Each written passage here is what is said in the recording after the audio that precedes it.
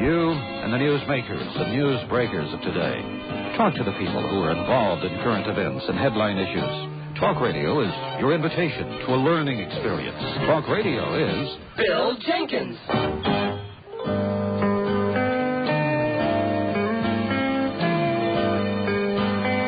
It's our new time, yours and mine, 9 o'clock on a Saturday night. Welcome to Open Mind. And for the next 3 hours, we are here to stretch yours just a little bit. We've had such a marvelous time the last couple of weeks talking about your physical and spiritual self. We've gotten into mediumship with Thomas Jacobson and Frida Fell. But tonight, let's get back into science. Let's get back into the real world, yours and mine. We have talked so much about the ELF waves, the scalar wave technology. The new vistas of science are in front of us. They are marvelous. These new avenues of science that are in front of us, awesome at the same time if they are misused. Nothing more awesome, I guess, than the new technology. And I am so delighted to have with me tonight a man who can speak freely and with a great deal of authority about these, Dr. Bob Beck. Robert, welcome to Open Mind. We haven't talked to you in a long time. We've never had you in the studio before, but we have talked about the Russian weather control and some of the other things on the phone. You and Bill Bice, who've been doing so much valuable work in this field. Well, a lot of our good friends have been with you, and I've been listening, and I've been sort of low profile, of course. I've been trying to reach you for 2 years, okay. Robert. Where have you been? Here we are. And you're here tonight, and I am so delighted that you are. And we have so much to talk about in the next 3 hours. Let me ask you a few questions. Are the Russians manipulating our weather? I don't know. I rather suspect that they have the technology for doing this. I've seen a couple of translations of their efforts in that direction. It's feasible that if they somehow change the energy patterns of the jet streams, they can most certainly affect the weather patterns locally. And there are rumors that if they have done this, it's backfired. All we have to do is look at their own wheat production. They don't do anything well. They don't do anything well. What about the cold explosions off Japan and Korea? I followed that with a great deal of interest. I just really don't know. I heard a remarkable report about one of these direct from the pilot just a few days ago. Apparently, almost an ice cloud had developed. I don't want to put any... Maybe we ought to explain what a cold explosion is. I know that's sort of a misnomer. Do you want to go ahead and explain Well, it? no. Let's sort of stick to the ELF and some of the things that I do feel I'm up to speed on. Well, a cold explosion, because we opened up that can of worms. Go ahead and explain it. Yeah, what is that, a cold explosion? You go ahead. You're much more qualified than I. Well, there have been a number of signatures that appeared to be atomic explosions, and the planes flying through the area picked up no radioactive debris. Almost a virtual explosion, such as Tom Bearden has talked about, instead of an actual one. I really don't know too much about that. There's a great deal of speculation, and I don't have any official, let's say, fallout on those. Well, what we're seeing here, as I understand it, now I'm not a scientist, and I'm just a journalist, just a guy here that is very interested in all these things going on, that we see this anomaly, if you want to call it that, where all at once there is a sudden draining of energy from a certain area, which causes heat to go away. Oh, okay. All right, heat goes away. And now it's very, very cold, and this sucks up a lot of moisture out of the ocean. Generally, these explosions are over the ocean, and we see a funnel of clouds going up 60 or 70,000 feet in the air, and they're very, very cold. Now, we've never seen that before. Usually when something causes that to go up in the air like that, we're talking about heat that does that. But these are cold explosions, as they were. They have all the signatures of an explosion, except the shock waves, and there's no radiation. There's just a massive movement of air and a drain of energy. Now, Tom Bearden will tell us that is caused by the movement of the scalar wave transmitters in the Soviet Union. Whenever they come... Standing waves. The standing waves, when they come and they cross with each other, they can either drain energy from that area or they can pump energy into that area, depending on what they want to do. Now, we know when we make something very cold, we have a low-pressure zone that's going to develop around that very quickly. If a couple hundred miles away, you reverse that process and create energy, you got a high-pressure area. And you can certainly move things around with those two. If you have a low-pressure area and a high-pressure area, and you can move them around at your discretion, aren't we in touch with a lot of fun? Well, it looks like these are interesting times. Tell us about the ELF waves. I know that you and I have talked about those before, and how those are affecting weather, the mind, and everything else.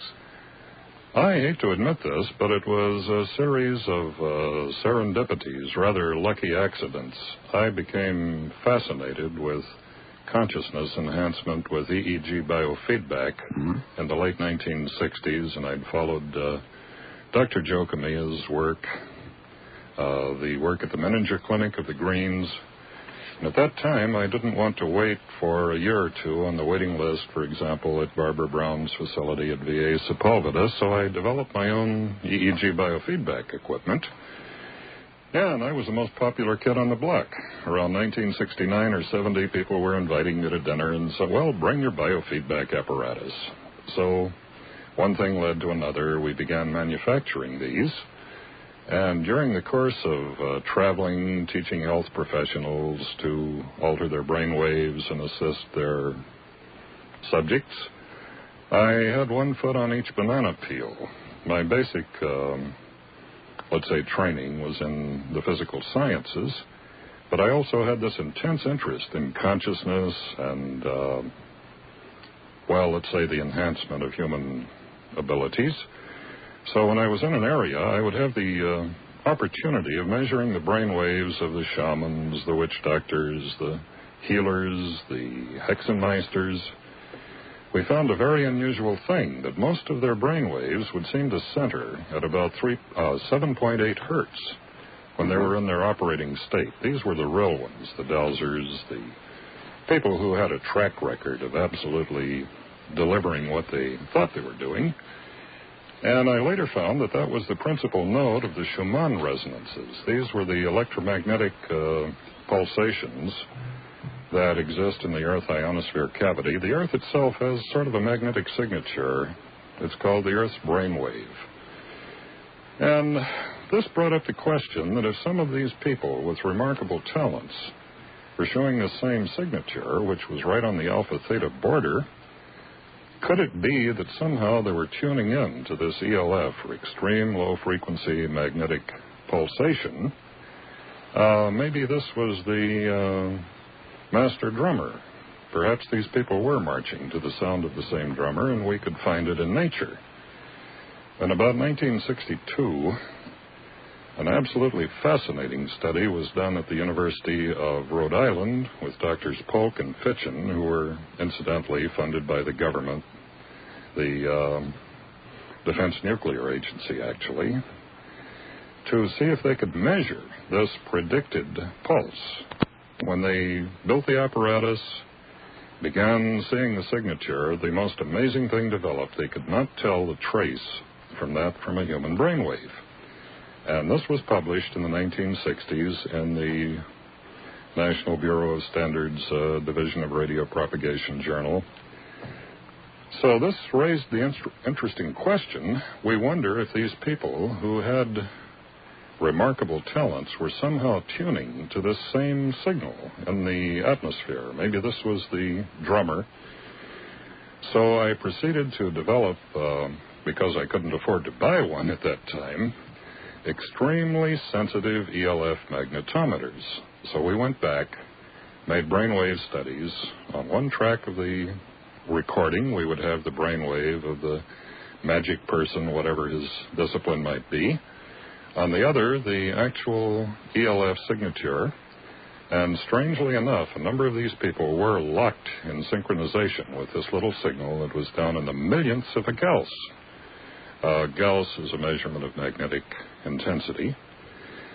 I reported this in 1973, and of course at this time it was sheer heresy. Fortunately, there have been a number of international conferences, bioelectronic medicine, and various scientists have replicated this work. Well, you've got to feel at home here because this show is known as sheer heresy also, but that's all right. We've been proven right time and time again. Go ahead. Then we'll talk heresy. Yeah, we'll talk heresy. About 1976, a very, very powerful transmitter came on the air, and this turned out to be the Soviet woodpecker. Is that the one at Riga? That was Riga and Gomel. This was postulated to be the original site. There are others. There are many others now. Many others. And these things were putting out such a tremendous H vector, or magnetic pulse, that we could no longer measure the Schumann resonances. In other words, these were much stronger than the natural ambient in which man had evolved for many centuries, many thousands of years perhaps. So we began wondering what effect this would have on mass consciousness. Well, let's stop there just a second, Bob. We're talking about we're always responding to this ELF because the Earth produces it. Right. Now, all at once, man produces a signal in that very same frequency that is thousands of times stronger. Is that what we're saying? Well, at least hundreds. Or at least hundreds of times. Now, what is this beginning to do to evolution, global consciousness, etc.? And my good friend, Dr. Puharich. Right. Who has... Sat right there in that chair where you are. Right. He has made perhaps more contributions of value to the areas of psychotronics and consciousness and New Age physics than anyone we know. Took an interest in this, so we went back to his Faraday cage in Ossining, New York, set up an experiment which absolutely totally proved that these small magnetic pulses, which at that time I was generating with a little box that would go in your shirt pocket, would penetrate this many-layered Faraday cage. The Faraday cage is a shielded room that has multiple layers of copper, soft iron, Lots of copper. Lots of copper. And the objective is to shield out any type of electromagnetic disturbance. At this time, Dr. Puharich was working on some extremely sensitive hearing aid assistance devices. And much to both of our amazements, we found that his brainwaves and the brainwaves of the subject would absolutely track in frequency and amplitude this small signal that was being generated outside of the sealed Faraday cage. We have those chart recordings, and we'll probably be showing them next week at a little seminar that Paul's put together here. So it behooved us to report this to the United Nations. Wait a minute. Give me the information on the seminar, because I want to go. Okay. I was sort of talked into this. I'm rather low profile, but my good friend Paul Andrews said that we should do something called Occult Influences in Modern Health, an Electromagnetics Survival Seminar. Now, in case anyone is nattering at the word occult, we're using it in the strictest dictionary scientific meaning, which simply means hidden. Hidden or secret. Right. Now, many years ago. It's not weird and evil and any of those things. We have a somatical problem. Right. The people who listen to the show know that for the most part. But we're on a new hour tonight. So let's change this word to hidden influences in health and disease, an electromagnetic survival seminar. And what we're talking about basically are some of the new problems that have emerged just in the last 10 years. When my grandparents were on the frontier, we were worried about smallpox and cholera and typhoid fever and maybe Indians. And we don't have this problem anymore. There's something worse. We have things that are worse. And these are in the electromagnetic spectrum, and these are definitely influencing our moods, our health, our mental acuity, our anxiety and depression coefficients. So we've developed over the years a number of fairly simple, fairly straightforward, and very inexpensive instruments that any 14-year-old kid can build from Radio Shack parts that will detect these things and in some cases provide countermeasures. You can produce your own ELF in your environment. You can. They've been doing this in Europe for a number of years, little devices that are worn in the shirt pocket, etc. No relation to others. We'll talk about the real McCoy at the seminar.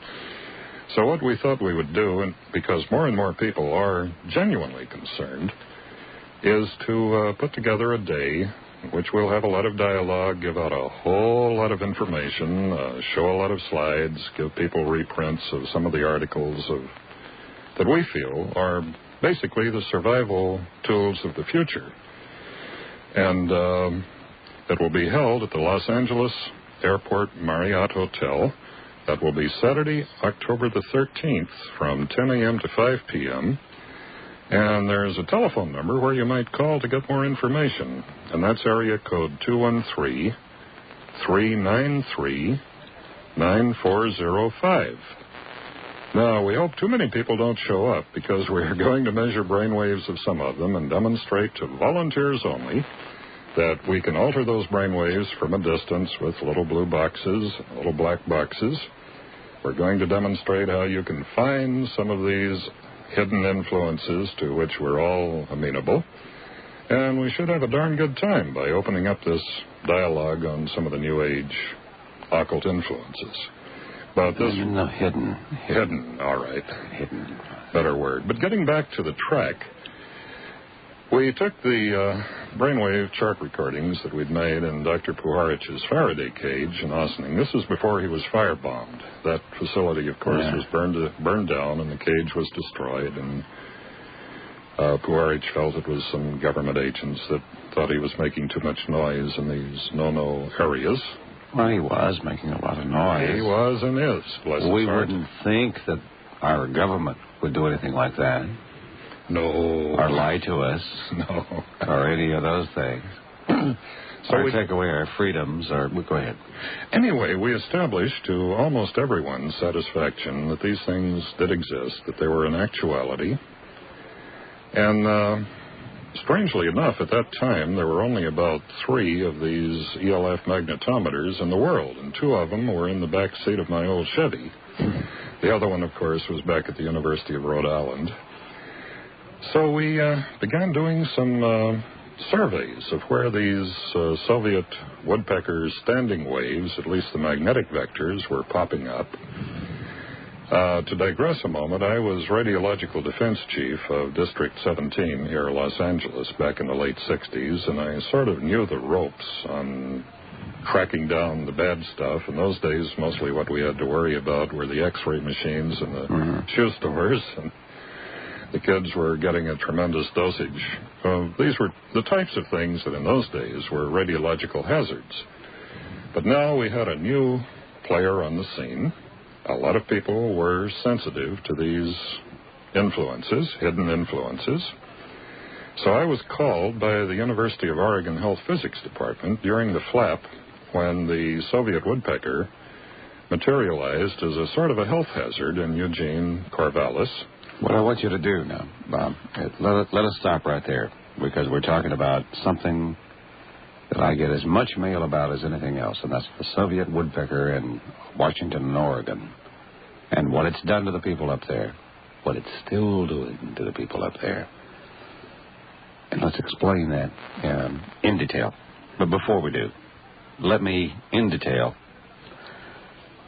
do some things that I have to do here. I'm Bill Jenkins. With me is Dr. Robert Beck.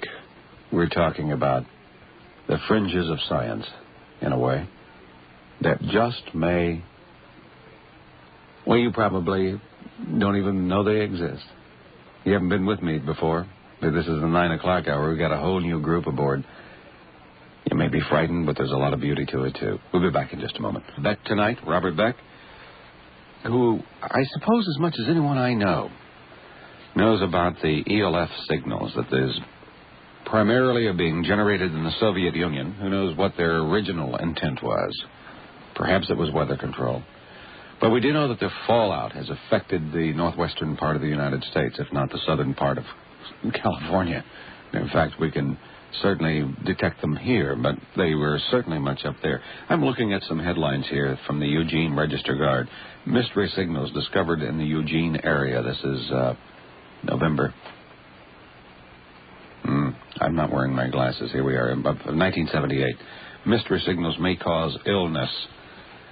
Mysterious radio signals causing concern in Oregon. That's from the Oregon Journal. We didn't hear too much about that down here in Southern California. There was such a news blackout on this. There was a little bitty article in the Los Angeles Times, a fairly large article in the Santa Monica paper, and it made headlines in most of the major cities for about 3 or 4 days. And then it became extremely controversial. Lots of hypochondriacs came out, as well as people who had legitimate complaints. And the city fathers, perhaps wisely, decided that it was time for a news blackout, or let's confuse this with as much flack as possible. Exactly. Which, of course, causes editors at radio stations, television stations, and newspapers to look elsewhere if there's a lot of flack there where they can't get down to the facts at all. But the fact of the matter is that something serious was happening up there. Yes, it was. Still going on? Yes, it is, but perhaps not to the same extent.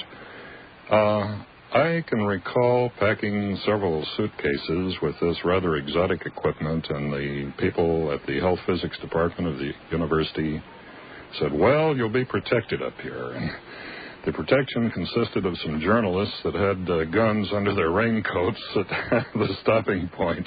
We were really playing cops and robbers. It doesn't help much, does it? Not very much, but... I'm a journalist, and if I had a gun under my coat, your life is in danger, because I think it's going to go off, because I don't know how to use it. We were very, very apprehensive about going up there. When we set up the magnetometers on the first day, we got absolutely nothing, and I began to believe that maybe these people were seeing things or hearing things. On the second day, we found a humongous signal, around 200 microgauss, that was booming in at several of the locations in Eugene, Oregon. We had Kay Prince with us then, who was the radiological health officer for the state. We had Mike Talley, who was the journalist who'd originally taken it upon himself to break the story in the Register Guard. And we had Marshall Van Oort, who was the health physicist from the university. And we absolutely, totally established that there was this new magnetic pulse signal. We made these recordings. I still have the telemetry tapes that we took at the place. The government's response was to send the EPA. Dr. Rick Tell arrived with a very large truck.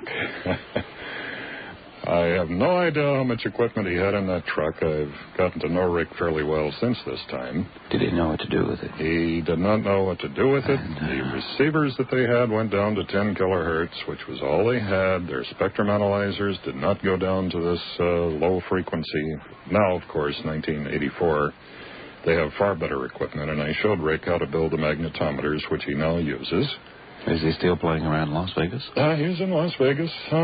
I pop in on him every couple of years, and he reported that all of this was coming from a transmitter at Dixon at 4.717 megahertz. There was an encoded Navy transmitter down there putting out a very weird signal. It went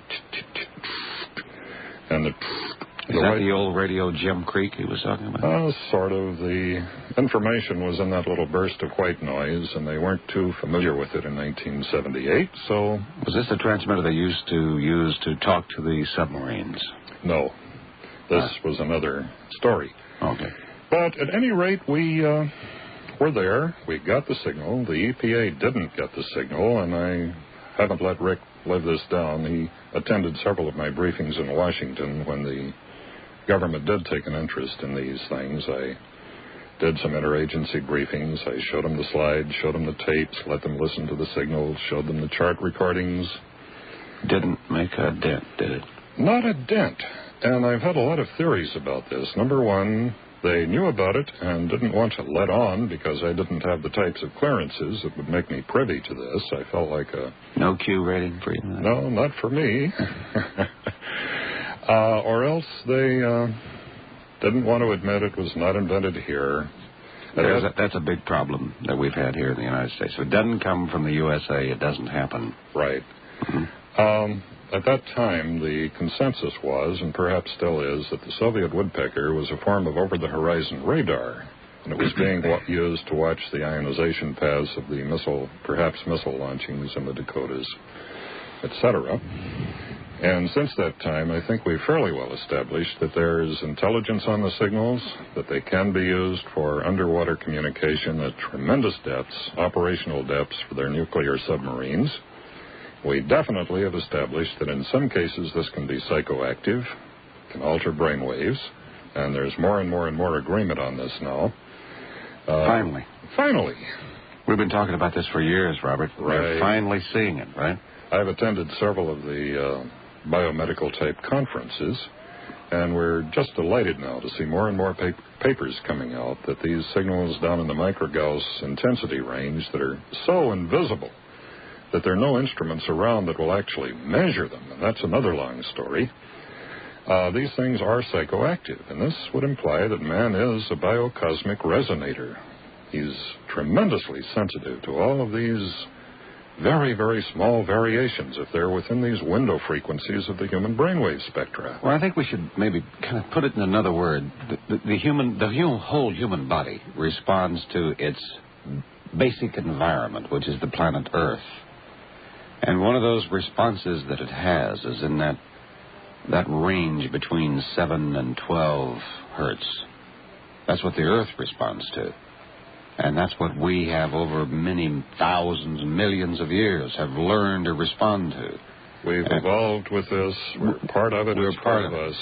Now, if we're taking a frequency which our mind responds to out of nature, amplifying it, and then putting a little subcarrier on that frequency, which is what the woodpeckers are, taking a basic frequency and putting another little bump into it. Because our mind is so attuned to that frequency, we now can start controlling what the mind is doing by how we are subcarrying that basic frequency. Am I basically being right on? Just for a kid from Texas that doesn't know anything what he's talking about, I'm just listening to you and to Tom Beard, and I'm just repeating words here. No, I understand what we're talking about. But a lot of people don't understand the enormity of what that is. Let me take it a little bit further. Let's say that I was an aggressor, and I had the ability now to put this Earth wave into the mind of all of the people that I wanted to conquer. And I had the ability then to subcarrier that and change their emotional complex, the entire physiology of their body, because I'm dealing with their brain now. I could make them, if I wanted to, if I knew exactly how to make that little woodpecker signal work, as we call it, or that little extra frequency, very docile. Yes. Very lethargic. It's being done. The last conference here at the Pettis Veterans Memorial Hospital in Loma Linda was June 1983. And several people reported on their experiments, mostly done offshore. Our Food and Drug Administration is very sticky about using human experimentation, but there are a number of people around the world, Jose Delgado in Madrid, for example, who's totally controlling emotions at tremendous distances with little bitty boxes. Some with just their minds. Some with just their minds. But if you pay your light bill, it takes a little less effort. Yes. It's beginning to emerge that we are having this type of a problem in our present anthropomorphic society. Dr. Adie had a fantastic little box out there called a LIDA. And I think this had made headlines in a few papers just before the conference. And this had been used by the Soviets for brainwashing. In fact, it was used in Korea. That was 1950, 1951. Were we behind in this? We're about 30 years behind in this, but we very well better catch up. Imagine that. I believe that the weaponry, most wars are fought over real estate. And if we Our energy. Right, exactly. And if we use fusion or fission, there isn't going to be much left of the real estate. So the next frontier is the anti-personnel type weapons, the neutron bomb, the ELF mind control. If you can get the people out of the way, the real estate's intact. So a great deal of effort has been put in investigating these. There are a few civilian fallouts in this that we problems with the neutron bomb.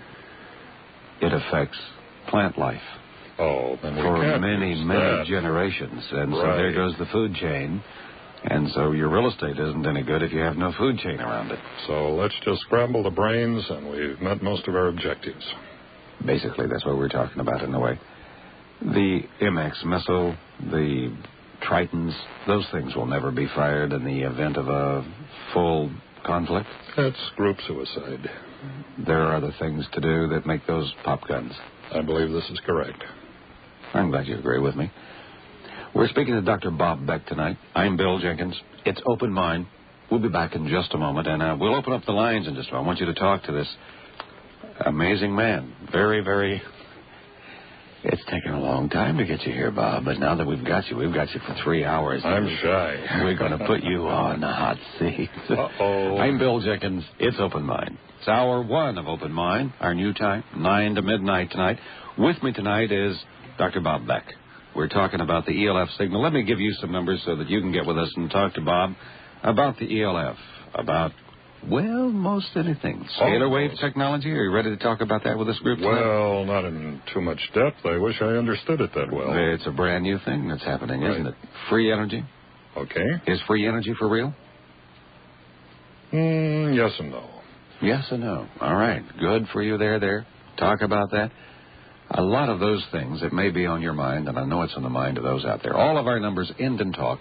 In Los Angeles, 520 is the prefix and ends in talk. San Fernando Valley, 990. If you're in Pasadena, Glendale, Burbank, your number is 244. In the San Gabriel Valley, 448. South Bay, 679.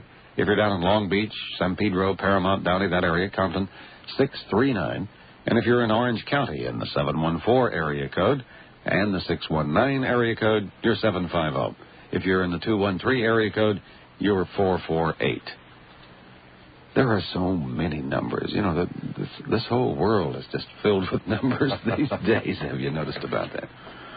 Where are we going with the ELF? Are we doing anything to counter this problem, Bob? I keep hearing these rumors. I know that there are some telemetry links in the United States using similar frequencies around 10 hertz. Tremendous problem has existed, and this is how do we talk to our nuclear subs? Mm-hmm. So the scientists at large were mounting programs called Project Sanguine, Project Seafarer, Project Pisces, and they were going to put a 3,500-mile-long antenna up in Wisconsin and broadcast around 76 hertz and hope that they could get a couple of 100 feet through the salt water to give the launch orders. It was discovered recently. Why the figure 76 hertz?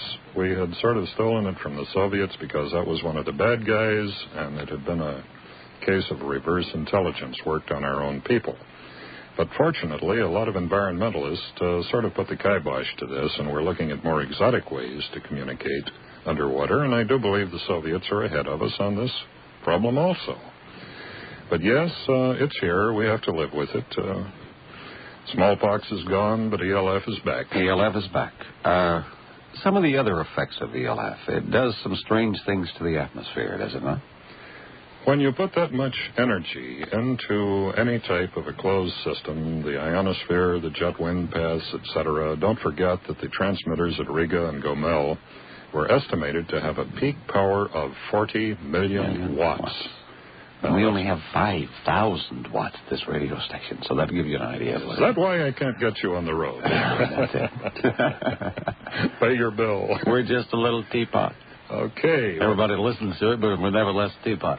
When you put that much energy into the atmosphere, you're bound to heat up some of those ducting paths in the ionosphere. There are two possible ways of transmitting energy around the globe. One is the old bounce theory that was dear to our hearts when I was in college. The other is that the energy can actually be trapped in certain layers of the heaviside layer, and like a light pipe will come a certain direction and then dump off depending on the physics of the sunspot activity, etc. We'll talk about this a little bit in the seminar next weekend. But at any rate, yes, it's here. It's very real. I think it has been disturbing the ecology in our entire biosphere for a number of years. The weather patterns have certainly been unusual. Well, there's a lot of data to suggest that something outside of nature is happening. For instance, we look at last year. We already looked at the record cold temperatures that are coming down this year. very, very early in the northern tier of states. Exactly. It seems to me, if this pattern exists, which is not natural, I mean, you can go back through all of the patterns of the way nature has run weather. We didn't see a year like last year. There really is no historical precedent, at least. And for us to sit around and think that that's just happening because, God wanted it to be that way is a little dumb, I think. Whenever we can see this electromagnetic disturbance going on, we can measure it. And politics or whatever stops us from doing anything about it, or perhaps inability to do anything about it. But it seems to be there. Do you predict or portend another terrible winter? I don't know. I hope not. It's hard to say, but I mean, we're seeing the electromagnetic disturbance continue. Most of these Soviet and domestic plans seem to backfire eventually, and maybe they've learned not to do it anymore. We're still selling them wheat. I think that was probably one of the basic reasons they did it, was to move water up into their agricultural lands. But who knows? It has a tail end which ended up in the United States. So it's a very complicated process. You ready to talk to some of our people? I know they want to talk to you. Sure. I haven't begun to ask you all the questions I want, but I don't want to forget my friends out there because they're smarter than I am. And Sal is one of them. Hello, Sal. What's on your mind? Oh, hi, Bill. And your friend's name again is? Bob Beck. Bob Beck, yes, sir. Yeah, God, it's a real honor to be in touch with you. I want to get this by real fast in terms of my intro. Bill Jenkins, to me, is the pinnacle of all talk radio. And I am so pleased that you are on an hour earlier. I don't know where to write first, but I want to push you and support you because I think you are where it's at in terms of talk radio. Okay? Do I know you? How much did that cost me for you to say that? No, you've got a real friend over here, and you're going to be finding out about that more in the future. Thank you. What I want to cover is about almost 2 years ago, I don't want to mention the program, it was on KBC on a talk show. That's okay. I called up, and when the big MX thing was happening, I called up and I said, oh, come on. I mean, that stuff is so antiquated. You must really understand that. How could anybody not understand that it was such an antiquated situation? I said, can't you see that there's other ideologies going on out there, other technologies that are much more advanced and it's not even being known to the public. I think it's criminal that the public is kept in such ignorance, but that's a whole topic in itself. The thing I wanted to speak to Bob about is two things. I wanted to make a statement and ask a question about this one topic.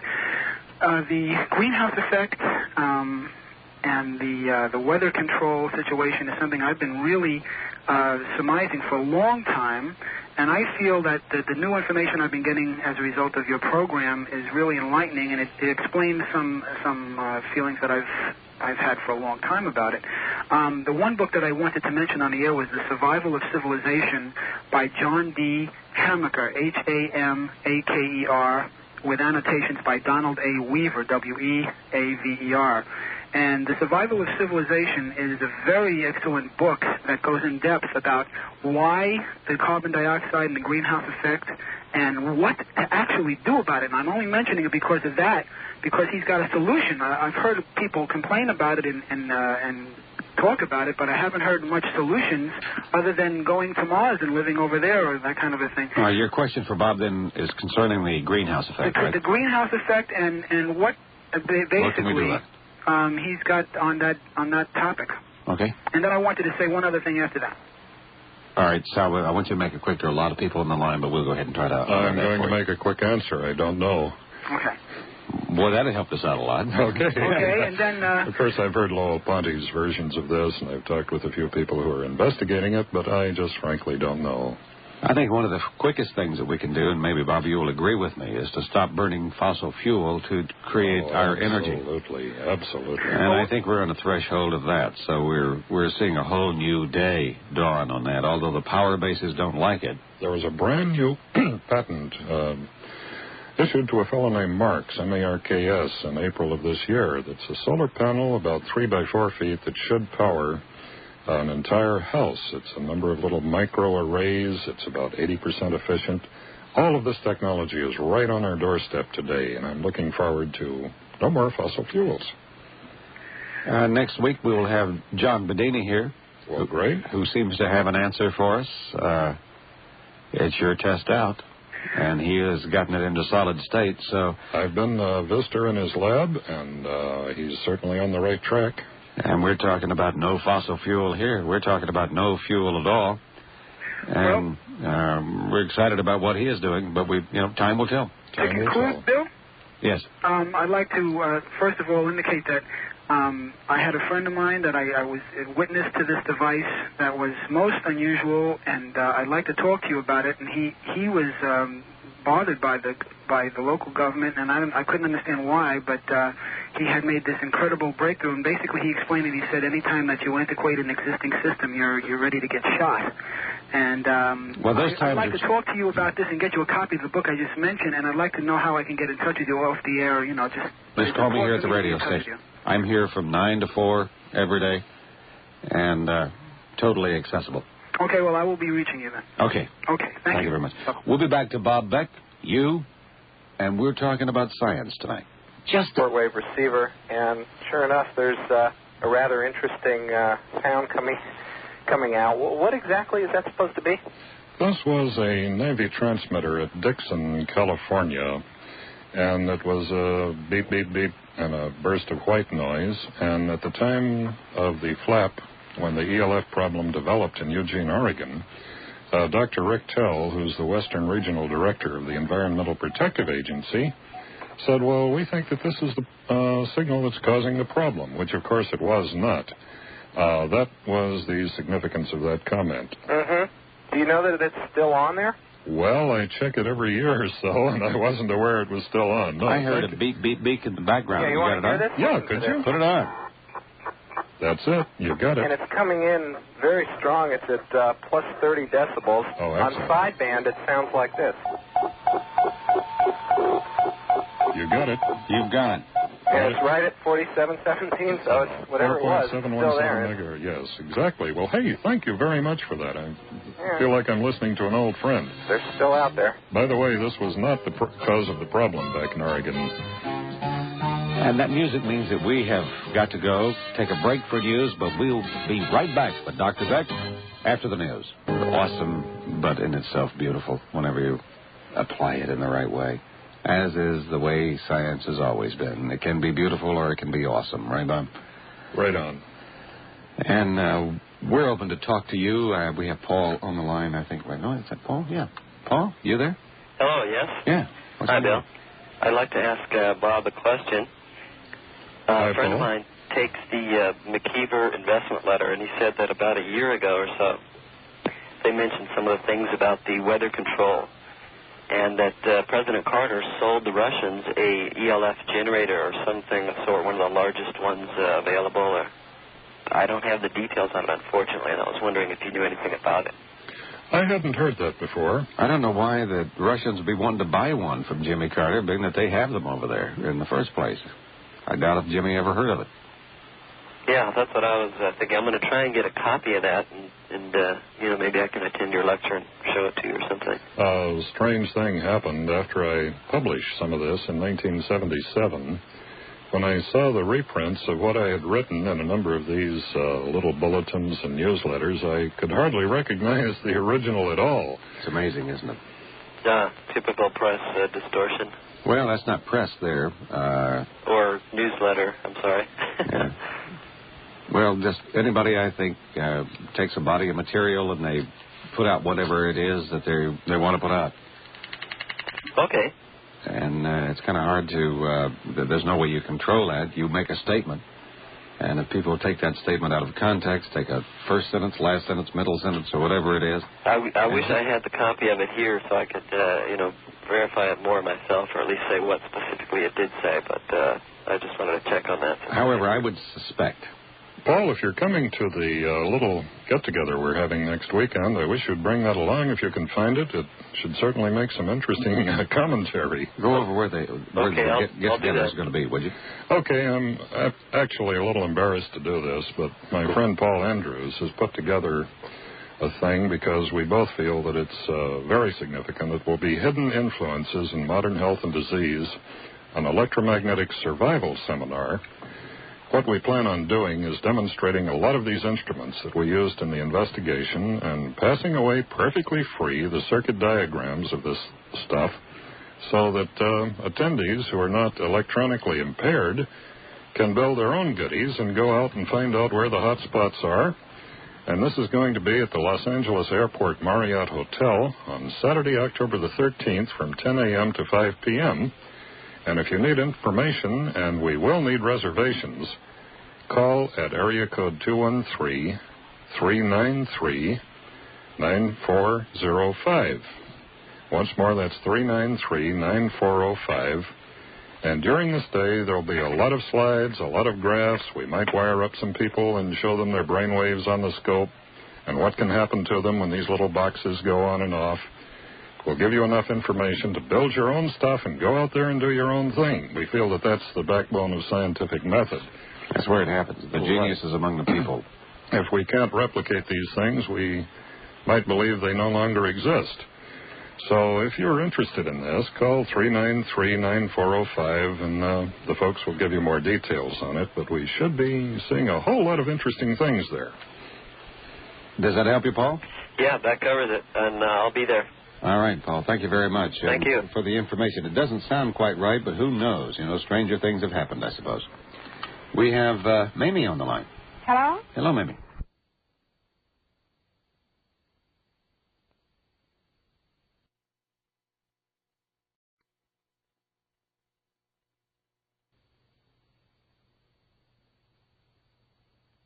These, I don't know. What do they sound like? Can you describe them? Like a very high-pitched tone.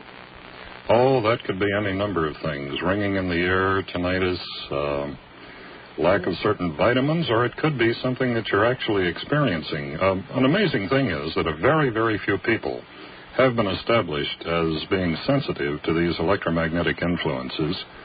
And a lot of people who at one time, their peers thought that they were actually hearing something, it turned out that they really were responding to an actual objective stimulus. But I would have no way of knowing that without running some tests, and I normally don't do that. Yeah, well, when I first started hearing them, I thought I was picking up earthquake frequency because what was happening was that usually a day or so before, when I would hear the signal, the next day I'd hear on the news that they were having an earthquake somewhere. Well, far out. I worked on Project Migraine with Chris Bird in Washington, Library of Congress, and Charlotte King was the subject that we used here. And she was able to predict earthquakes about a day or two in advance by the sounds that she heard in her head. Yeah. And that has been fairly well replicated and established, and that project has been ongoing for about 3 or 4 years now. Maybe you're another one of those extremely sensitive persons. Where is Charlotte now? I believe she's still up in the Pacific Northwest. Yeah, because it always happens right after I hear the frequency. There's always an earthquake. Now, two things that have happened. Sometimes when I would hear this high frequency in my left ear, normally I would hear about an earthquake in a foreign country. And usually in my right ear, it's usually here in California. Would you do this for us? Leave your telephone number with the operator, and I'll pass it along to Chris Bird, and there's some people who would be definitely interested in talking with you about this. Okay. Believe us, the family here takes this seriously. Okay. Now, these things, I'm very, very impressed with some of the things that you were mentioning. Clarissa Bernhardt is still an amazing forecaster. If Clarissa ever calls me and says, "Get out of town, I'm leaving," you got it. But these things do seem to happen, and if you've got that tendency going, I think it's worth checking into. You should be one of the shamans or holy ladies. Well, I don't know. That's what my, because I had this checkup with my doctor, not to keep you on the line because others are calling, but I remember once I was in the hospital on the 5th floor, and right after surgery, I was so sensitive to the sound of the machine, my doctor had to move me to 2 different rooms. And she said, I was picking up the sound of the laundry room, and she said the laundry room was in the basement, and I was on the 5th floor. I believe you, because there's enough rotating magnetic equipment like motors and blowers in that laundry room to permeate an entire building. We're going to show you next weekend how you can detect these things and make them audible. They're normally hidden, but with electronic pickups, it makes them very, very obvious and easy to detect. Yeah, the nurses thought I was crazy. Well, I don't think you are. I don't think you are. Maybe what we're going to do is put you on hold here as we go to a commercial cluster. Okay. And give the name and address there, and then we get back to you. Okay, sure, Will do. thank you. Thanks for calling. Thank you very much. I'm Bill Jenkins. With me, Dr. Bob Beck. Hear a woodpecker sound? Okay, let's see what this sounds like if you tune across the shortwave band and find out where it's... Now, what is that sound doing, Bob? What we have here is a little pocket device which puts out a magnetic pulse, which has a range, the one that I have in my hand here, which is about half the size of a pack of cigarettes, has a range of about 3 feet. And these things come from West Germany, and they are built to reconstruct the good vibes. See, we're totally swamped with this electromagnetic interference. These things are programmable to set out frequencies that cause your left and right hemisphere to synchronize, etc. And the instructions for the people in West Germany who are sensitive to this, and by the way, we understand that politicians, people who have to remain conscious at the switch, airline pilots, etc., carry these. When they feel that slight dissociation or depression or loss of attention or mild loss of consciousness, like a petit mal or a grand mal seizure that could be caused by any number of things, including signals such as the woodpecker, they simply turn one of these things on, and within a few minutes they're stabilized again. We'll demonstrate these at the seminar next weekend, give away perfectly free schematics so you can go to Radio Shack and build your own. And a lot of people need things like this. What does the woodpecker do to me if I don't have one of these defense devices around me, or some other function, perhaps? You can do it mentally as far as that goes if you understand how to do those things. But what does it do to me? Again, there are two schools of thought here. Until quite recently, it was felt that the only radiation which had psychophysiological effects or physiological effects on plants, animals, and human beings would be either thermal radiation, something that heated you up like a diathermy machine, or ionizing radiation that would sort of disturb your genes and chromosomes, like X-rays, cosmic rays, atomic fallout, etc. So our health officials set very, very high levels for these signals in industry and around radio transmitters and electromagnetic sealing devices for making plywood, etc. And the Soviets have traditionally had a signal level that's much, much lower than that's accepted as a standard in the United States. Now, if you're one of about the 30% of people who are sensitive to this type of an influence, in the case of Eugene, Oregon, it was bringing on mild epileptic-type seizures. There was one stretch of highway reported up there where people in broad daylight, perfect weather conditions would sort of nod out, go to sleep at the wheel, drive off the highway and into a telephone pole. There were people falling into machinery during this critical period of the spring of 1978. We had a little town that everybody went bonkers up there. Yeah, Corvallis, the seat of the university. And at that time, this was absolute magic. It was heresy to feel that, well, let's backtrack here a second. You're probably aware that back in the 60s, there were psychedelic nightclubs that used strobe lights as part of the lighting effect, psychedelic lighting. Unfortunately, if these strobe lights were flashing at particular rates, known as the epileptic flicker rate, the customers, those who had tendencies toward epilepsy or had it in the family, would have mild seizures, and there were a lot of lawsuits. So they had to tune these strobe lights to benign frequencies. Everyone knows about epileptic flicker rate photic stimulation. Everyone knows that there's such a thing as a heart pacer that puts out a very small electrical pulse that times the beating of your heart. This is essential for people who've lost that natural ability. Even sound can do that. Absolutely. But very few people, until I would say the last 5 or 6 years, have recognized that these electromagnetic pulses, these little H vectors, B vectors, these are engineering terms for magnetic as opposed to electrical stimulus, can have that same effect on a certain significant portion of the population. Now, In Eugene, Oregon, a number of people who had had absolutely no history of epilepsy were put on Dilantin, which was a drug that controlled seizures. Now, this was absolutely unheard of medically before these massive episodes of electromagnetic interference suddenly fell upon us out of the clear blue sky. From Riga. Well, yes. So to answer your question, fortunately everyone is not sensitive to this. We think about 35% is a minimum, maybe 50% is a maximum. The metaphor here would be that many years ago I dated a lady who had rose fever. And when we went to a dinner party one time, she had to take her parabenzamine to keep from having an allergy attack at the dinner table. So she was a little bit sleepy. If 100% of the people on this planet had rose fever, we wouldn't have rose gardens. So the same thing is happening. We believe that the situation has begun to straighten itself out because people have adapted, just as insects adapted to insecticides and DDT. We're getting a little bit tougher in the face of all of this electromagnetic pollution. But for those people who are extremely sensitive to it, like our previous caller, something has to be done, and we'll be talking about this at great length. Well, the question comes to my mind, is that an overt act that's happening on the part of the Soviets, or is it just part of something that they're doing over there, and we just happen to be getting the tail end of it? I really don't know. This has come up for discussion in high places on many an occasion.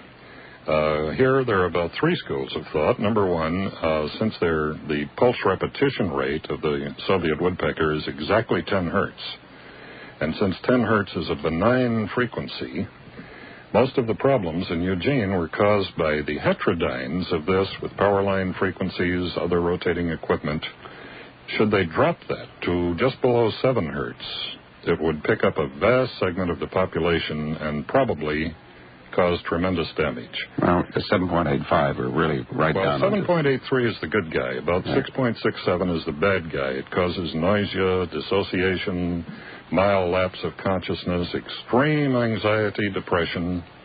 Well, by the way, we'll be talking about brain tuners next weekend also. We'll talk about those tonight, too. Oh, all right. Yeah. Well, that's for later. Shall we see who else is on the line out here? All right. I think we have Adam on the line. No, Adam? I believe that's you. Yeah. Hi, Adam. Hi, Bob. First of all, Bill, I want to tell you I agree with Sal 100%. Well, thank you very much. Me and my next-door neighbor both back you 100%. Good. And, Bob, you were talking about how these certain waves got people sick, in Oregon. And I get these quote-unquote wonderful headaches. Would that be caused by the waves? Am I picking up these waves and they're causing... Gee, I don't know. I don't want to practice medicine, particularly on the radio, but it's possible. And there are things you can do about that. I dare say you've had cytotoxic testing and whatever else. I'd have to know a lot more about that, but yes, it is possible. And no, I don't know what it is in your particular case. Because aspirin doesn't seem to help. Uh-huh. Have you done any testing at all, Adam? I'm only 13 years old. Oh, my. No, I haven't done any testing at all. There's so much speculation on headaches. Do you have migraine or cluster or tension headaches or et cetera, sinus headaches? I really don't think we should go into that. Well, that woodpecker sound you just played. Yeah. It kind of just, pinged just right. It kind of hit me. You got it. Yeah, sort of weird. Shall we play it again? No, please. Okay, you got it. I was going to say, do you know if there was any specific type of people that were affected by these waves? Well, apparently the more sensitive a person is, the more signal he gets, and also the more noise. And you just might be hypersensitive, like I was when I was your age. Well, if it has any bearing, see, I'm a psychic and also a medium. That has a lot of bearing. That has a great deal of bearing. Yeah. And congratulations to you at 13 to understand that. And, thank you. And know what's going on. I really tip my hat to you. I hope you use that to your benefit and the benefit of mankind. Oh, thank you very much. I plan to. So you can't really say anything about my headaches. I wouldn't dare. Oh, okay. How could we do that, Adam? Do you want to talk to somebody? Well, I just thought it might be a point.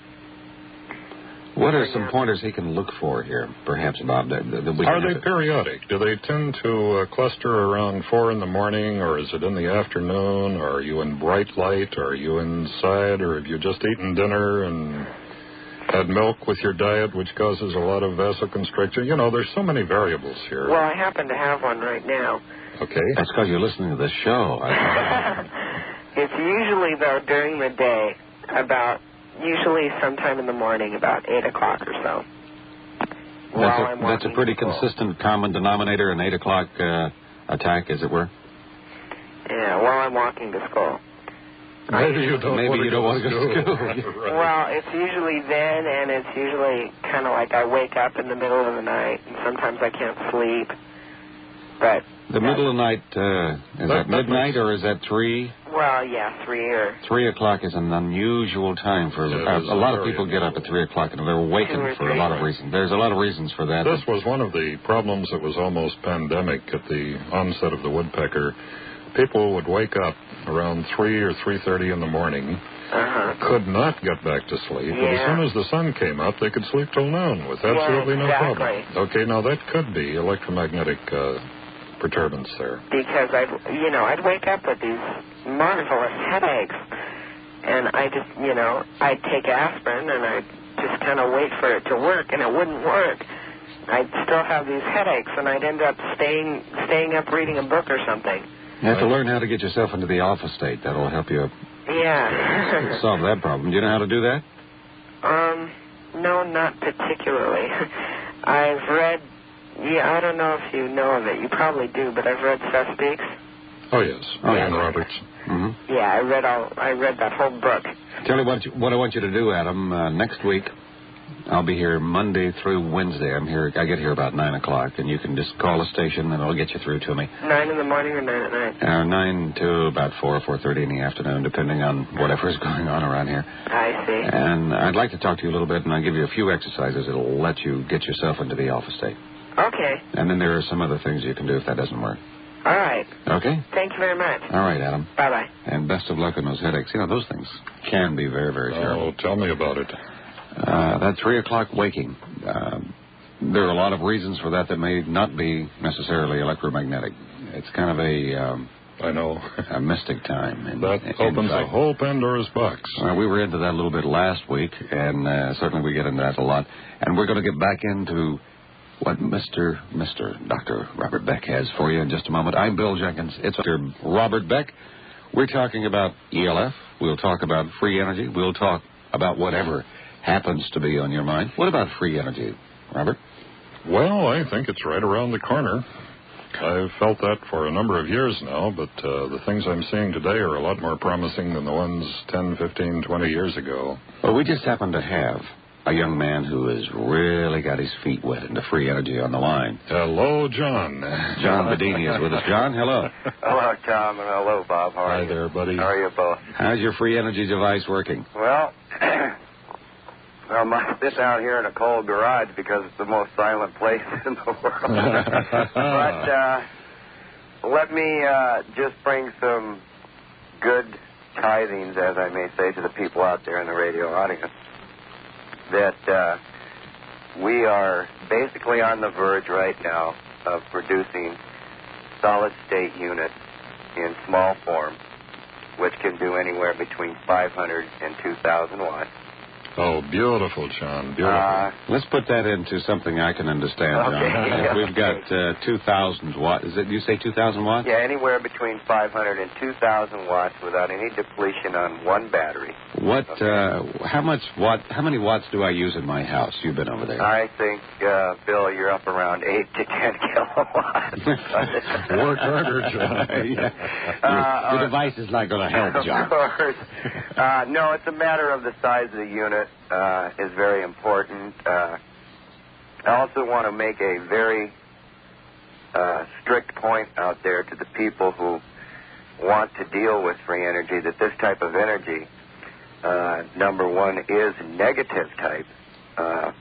I think during the Colorado conference at Colorado Springs, unfortunately, Bob, I didn't see you there, but I did hold a little box in front of maybe 500 engineers. I heard about it from Ken. Uh-huh. And I called a very, very good engineer out of the audience who works with the aerospace industry. I think you know who that is. Sure I do. And he did a report.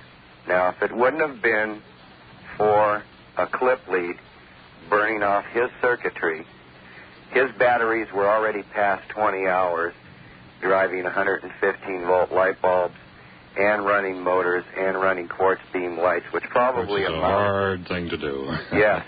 Okay, but... is that paper, John, by the way, I've got a copy of it. Yes. It's fascinating reading it. Is it available any place? Yes, that is under a different name. It will be available very shortly through the Tesla Book Company. I do not have the name, but the original name of that paper was A Visit to John Bedini. Yeah, okay? I've got it. Are you topping your original effort there? That was pretty fantastic. We have, Bob, we have taken that effort. I think Bill very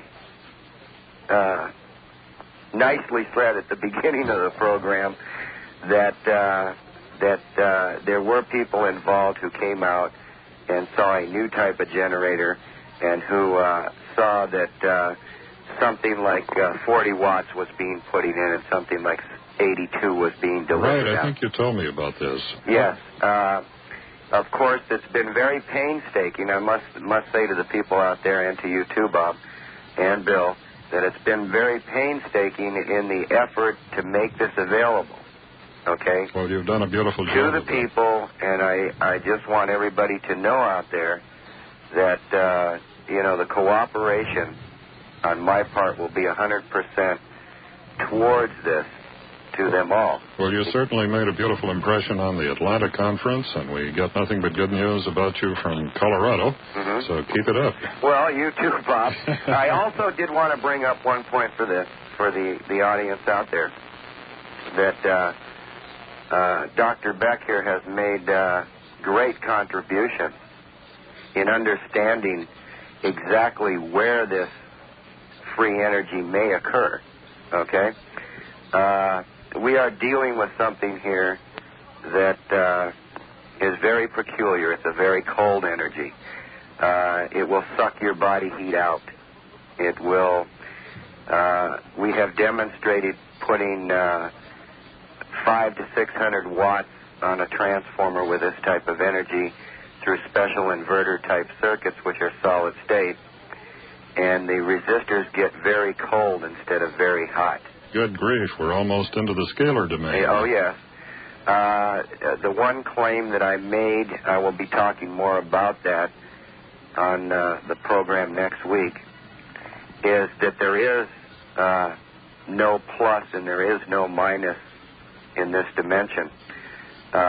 We are talking about a battery which there have been several patents on that they do alternate, even though they show you a positive and negative potential. Well, I'm certainly going to be listening next week. Well, I only do this because I see the vast need for this energy to be opened up to the world, and I just hope that it's used for good and not for bad. And John, one of these days, when it's all over, one of the most incredible stories that can be told, and I wish I could tell it now, but I can't, is the enormous problem about a young man who comes along and can give the world free energy. The problems with the politicians, the bureaucrats, the bankers, the telephones, you name it. And the they. And plus the sickness that goes along with it. And the sickness that goes along with it. And here comes the IRS, and here comes this group and that group. Don't you dare upset the apple cart out there by giving the world free energy. Now, Nikola Tesla was not able to survive. That's right. When he decided to give the world free energy. He Bill, was destroyed by the banking interest. I think so, but I think, too, Bill, that Nikola Tesla to this day is alive, and that you're getting just a very little short message from him right at this point in time. I do have to make a very important statement. Go ahead and make it. Bob Beck is probably one of the most versed men as far as all the papers that I have ever went through in this particular field, as far as ELF goes, as far as what these waves can do to you in the microwatt levels. But also you must remember, Bill, you have two magic boxes on your speakers. They do the same thing. I have the Bedini speakers over Oh, they are fantastic, aren't yes, they? Yes, he has those two little chips, Bob, Oh, yes. on his speakers, which actually do affect the biological system. And we've known this for years in amplifiers, that if you could create what you would call the hyperwave in the hi-fi industry, that it would affect the biological system. And this would cause people to feel good about the music that they were listening to. You know, it's an amazing thing, if I can get on that. In fact, I was just doing it this afternoon, playing some of the tapes I have. ABC did the opening, did the entire Olympics in stereo sound. And I have the tapes of the raw ABC feed, and I love to play it in stereo sound with the Bedini speakers. Oh. But I love to watch the reaction of my guests that are enjoying it. It's a big screen TV with this magnificent sound system that John put in, and it really sounds like you're down at the Cinerama Dome. It's unreal. And when it's over, they get upset. I love it.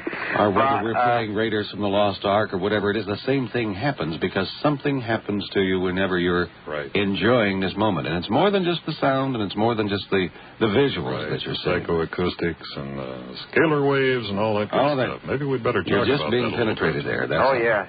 Bob, if I may make one comment, and then this is your program. Yeah, your week is next week. You're talking to our Dolak also. But I would like to explain to the audience out there just for a very short period here, and I don't mean to take much time. The speakers are not mine. The boxes are. Okay, thank you. Even though these speakers utilize the same new semiconductor that you will be very shortly is going to hit the marketplace. We have made great breakthroughs in this. We can now, if I may just throw this in there, Bob, and sometime, and Bill knows of this, and a few psychics who have been on the program also know of this. You can have explosions without any nuclear fallout whatsoever with this type of energy. It happens all the time. We've had two such explosions, and we're not doing that anymore. But by the way, John, why don't you be our guest next weekend at the little workshop on these influences in health, and call down at 393-9405 and tell them you're going to be on board. We're going to be demonstrating some electronic equipment that will be kind of the new age survival kit and giving out a bunch of schematics. So come on down and join us. Well, I'd be glad to, and if Bill would have me along, I'll go with him. Oh, far out. That'll be from 10 a.m. to 5 p.m. next Saturday, October the 13th. So that's 10? 10 till 5 at the Marriott Airport Hotel. And anyone else who wants any information on this, call that number again, 393-9405, and we should have an interesting time. Oh, yeah. I cringe every time I think I have to get on a freeway. John, you get to drive whenever we go together. Yeah, I just cringe because it's hell to be behind a diesel Cadillac, you know? Trying to make it up the hill when it would have been so much simpler to have 4 storage batteries powering that car that never went dead. I think there's a subliminal message in there somewhere. Yeah. What we're talking about is a car with an electric motor that has all the energy you need that you never have to charge up. That's right. And that's around the corner. And what you must state out of all this, of a lot. Right, is this was built by Tesla. Dr. Tesla did have such a car, and he did have such a remote-controlled boat. But unfortunately... He had a Pierce Arrow. Oh, yes. That he drove all over western New York. 80 miles an hour. And with no fuel whatsoever. He took out the Pierce Arrow motor, and he had an electric motor in it. Far out. Oh, and yeah. that car is in Southern California. Mm-hmm. Wow. It is still here. Maybe we can display that one of these days. But anyway, Bob, I just wanted to tell you that I've done a little bit of work with some of your things, and that you are absolutely 100% in telling the people the truth. Well, thanks a over minute. this, because it's a mandatory thing now that any of these little frequencies that happen to come along will disturb people, not only physically, but can create a lot of mental illness. Oh, by the way, Paul just passed on the word that Colonel Virgil Armstrong and his wife Sharon will be at the seminar next week, too, so it'll be sort of old home week. Posty. Nice. Yes, indeed. That's one of my favorite people. Hey, John, keep it up, and I'm back in town for a few weeks, and I want to come out and see you again. Well, you're welcome anytime you want, you know that. Right. And we've all been working on the same thing. And I've just been real silent. I've had a few difficulties, but... You? Silent? Yeah. But, no, I just want to bring the encouraging word to the people out there. It's just around the corner. Well, I believe it. All right, John, thank you so very, very Here's much. A salute. You're welcome. you got the shot there. Yeah. John, you'll be with me from 9 to midnight I will. next week. We'll talk about free energy. And, of course, there's a lot more with you that we can talk about. But I'm looking forward to that. We'd hoped to raise Tom Bearden tonight, but we can't get through to him. So, well, at any rate, he's here in surprise, spirit. Bob. It is no surprise at all. Okay. Okay. All right, John, thank you very much. I'm Bill Jenkins with Dr. Bob Beck, and that was John Bedini, who will be our guest next week. Very important young man in the scheme of things. We'll see you in a moment. Bedini, who will be on with me a little bit later, and we have Randy on the line. Hello, Randy. Hello. Where are you calling from, Randy? From Northern California. Well, I thought so. Yes. And glad to have you aboard. Yeah, right. I'd like to speak to Dr. Beck. I'm Bob. Hi, Randy. Bob. Hi, Bob. This actually happened to me. I would like, an explanation of what happened between a 100 light bulb that in this car. Okay, I have it written down. I'm sort of nervous. I don't blame you. I'm nervous myself. We're all nervous here, so... Well, after you explain the free energy device, it makes me a little bit, Go ahead. Just be comfortable. Take your time. You're with friends. Okay. Yeah. We don't care. We'll help you along if we can. Okay. It's a 100 light bulb. This happened a couple years ago. And I was in this room with the 100 light bulb on, and this car was starting its engine, and then it was draining its batteries for 5 minutes. And the car's batteries were just draining, and it shouldn't have started after it was draining for 5 minutes. But when the engine started, simultaneously the light bulb was draining very low dimmer, like about 20 watts instead of 100 watts. And it was a foggy, hazy day outside. This all happened in 7 minutes. So why did the light bulb dim less than the battery needed electricity? I guess the batteries needed electricity. Are you wondering if there was some sort of connection between the battery drain of a car outside the house and the dimming of your light bulb? Randy, that isn't as odd a question as you might think. I was an old UFO buff for many, many years, and there had been occasions around Levelland, Texas, etc., when a UFO was sighted, the automobiles would sort of stall, and it was hard to start them, and lights would dim. And at that time, it was postulated that somehow these things, whatever they might be, were actually draining power from the electrical systems, and I guess Puharich believes that this is what caused that major blackout in New York City a few years back. Mm-hmm. So I don't say that any of this is impossible. Now, my friends in the scientific community might excommunicate me for this, but I'd say that maybe that was a very shrewd observation on your part. Well, okay, but when the light bulb was on when the car was draining its batteries. Right. and then and when it started, it went boom, and it zoomed up, and the battery, before it zoomed up, the moment of the time, the light dimmed to a dimmer, and then it went on. Was the light on a silicon-controlled rectifier dimmer switch on the wall, or was it just on a plain old on-off switch? Oh, no, it was plain old switch, right. I just don't know. I would sure like to have seen that.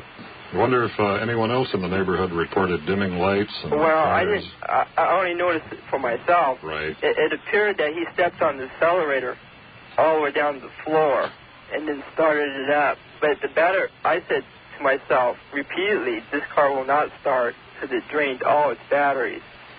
Sometimes when you rest a battery, it'll pick up enough surface charge to kick it over that one last time. But it rested for a minute, and but the light drained. I got you. I don't know, but man, keep on looking. You know, it's these little clues from which we learn the most. Have you noticed anything else in that area unusual in an electronic way? Where do you live? Well, this was in Norwalk about a few years ago. Yeah, that's not too far from here. Yeah. Anything can happen in Los Angeles, you know. Right. But it was sort of weird to me, and I just wanted to have an explanation on that. Well, thanks for that, Randy. I don't really know what happened, but good grief, these are the things that I find the most fascinating. Okay, Randy? Okay, I thank you. Wait a minute. Was it Dr. Tesla?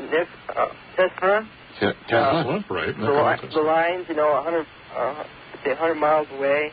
He had electricity going from one place to another without I don't believe it was quite that far. Some of his experiments in Colorado Springs went a few thousand feet. Well, he had some, in fact, they did for a long time up around Niagara, right outside of Buffalo. Oh, he was transmitting AC over regular light lines. Yes, that's true. But he was transmitting without wires there for a while, and they finally shut that down. Well, can that be the case? Well, it's hard to say. There was a totally different principle. Okay. Okay? Okay, thank you. Thank you, Randy. These young guys with inquisitive minds, I love them. And, that's what's going to make this world go around. Hello, Kent, you're on. What are you quizzing us about? Hi, Bill. Well, I called up about the greenhouse effect subject that an earlier caller had brought up.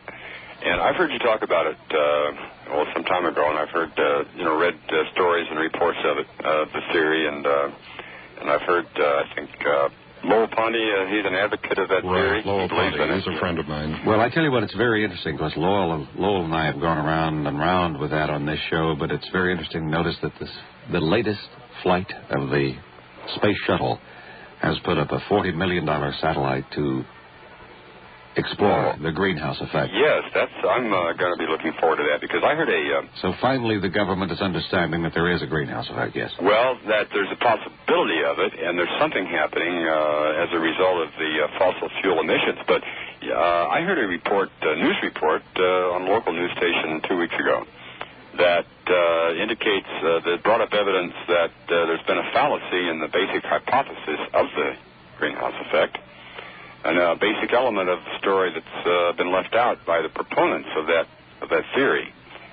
And it was and I had my doubts about the theory when I first heard it and all along. And this report was of a major study here in California by Unfortunately, I just heard it go by on the radio, and I was busy, and I don't recall the institution. I needed to go to the universities or something. What did they say? The group of scientists studied, decided to figure that they could get information on what's been happening since the advent of the use of fossil fuels, which was toward the end of the last century, by studying the growth rings of the redwoods in Northern California. Because they're, hundreds and thousands or a couple of thousand or more years old, some of those trees, and by cutting them across the trunk and studying their growth pattern of the rings, they could see what effect it's had. Well, since 1895 or so, the rings grew much larger, which indicates that the plants grew. Kent, can I get you to hang on? Do you want to hang on for about 5 minutes? Sure. We're going to take a break for news, and we'll be right back. I want you to finish that story. There's some interesting things about the growth rings of the trees in relation to the atmosphere, and we'll discuss those right after the news. I'm Bill Jenkins. It's Open Mind, the outer limits of science. A lot of people don't even know that science exists out there. We live in an incredible technological age, and for some reason or another, whether that's the fault of media or whether that's some sort of conspiracy, I don't know, there seems to be an effort to keep you in the dark and keep your head buried in the sand. And I don't know about you, but I just don't like my head in the sand. Sand doesn't fit too well in my ears, and I don't want to stay there. And, Bob, thank you very much for the work that you've been doing and the books that you've written and the papers and the lectures. And although you were a hard man to get a hold of and get you on the air, I've been trying for 2 years. Well, it wasn't so bad now that I'm down here. I'm actually enjoying it. You know, it's a nice facility here. Right. The coffee is great. Hey, that's Foy out in the security lounge. Foy makes the best coffee in the world. Let's go back to our callers here. Well, wait a minute. I want to, before we do that, and I know we have Kent on the line, and Kent, we'll get back to you in just a second. You do something that we haven't touched on tonight, and I wish that you would spend a few minutes with us talking about brain tuning. This is kind of a controversial thing. Are you able to tune brains? Can I tune my brain? Well, that was sort of a generic. I know there are a lot of people that like to tune my brain. Actually, it was the title of an article that appeared in the January 1983 Omni magazine. It described this marvelous little black box that Dr. Meg Patterson had brought from England that would quite literally cure almost any type of addiction, from heroin, morphine, cocaine, all the way to some tobacco smokers, all alcoholics, Valium, Librium. And I read the article and thought, oh, my goodness. But I was asked by a friend in Washington to stop in and visit the lady and see if there was anything that the chap could do in Washington to help her through FDA approval. Forget that. We got very fascinated with it, and I spent several months in the Biomed Library at UCLA researching it, and I found that these little devices had been used in the Soviet Union for about 30 years. They were in use all over Europe for addiction control, stress control, anxiety, depression, insomnia, addiction. Well, we said that. And so we had a number of these smuggled in. They sort of fell under the acupuncture laws, and you had to be a medical doctor. You mean your people went to the Soviet Union and smuggled in some of their technology to the United States? We sure did. We also bought these in Finland, Denmark, France, Germany, the Orient, England. It's not to know that works the other way every now and then. Right. So we took these things apart, and we found that, sure enough, there were certain frequencies, spectra, that if applied to certain acupuncture points on the head, stimulated the production of neurotransmitters. The one that probably has gotten the greatest press is the beta-endorphin, the body's natural painkiller. The devices worked. It seemed like the people who were trying it had totally stalled out. After about 3 years, they had not produced one single prototype. So I built a few of these. Fortunately, I have a spectrum analyzer on my Apple computer. We were able to synthesize the precise frequencies that cause these very rapid reversals of neurotransmitter problems. And we've been making these things now for about a year and just getting astonishing results with them. And we'll talk about these again this next weekend. This isn't a medicine show, but if you want to get into far more detail on these things, call Paul's number at 393-9405, and we're doing a weekend on all of this and passing out schematics of a number of these devices so people can help themselves. Well, I think it's amazing. You know, you mentioned that the box that you have there stimulates the creation of endorphins, which is the natural painkiller. Right. Dr. Patrick Flanagan's Neurophone is a mighty stimulator of endorphins. Are you familiar with the Neurophone? Yes, I am. I have several of these that people have dropped off at my place, and let's don't talk about that right now. All I know, I remember I broke my foot, and I just happened to have the Neurophone over there, and I was messing with it because I wasn't going to go anywhere. Okay. To find out what that thing was doing. I never had another pain once with that, and one of the byproducts of it is endorphin stimulation. And I use it as a painkiller all the time. Don't ever have too many painful situations, but if I do, I go get it.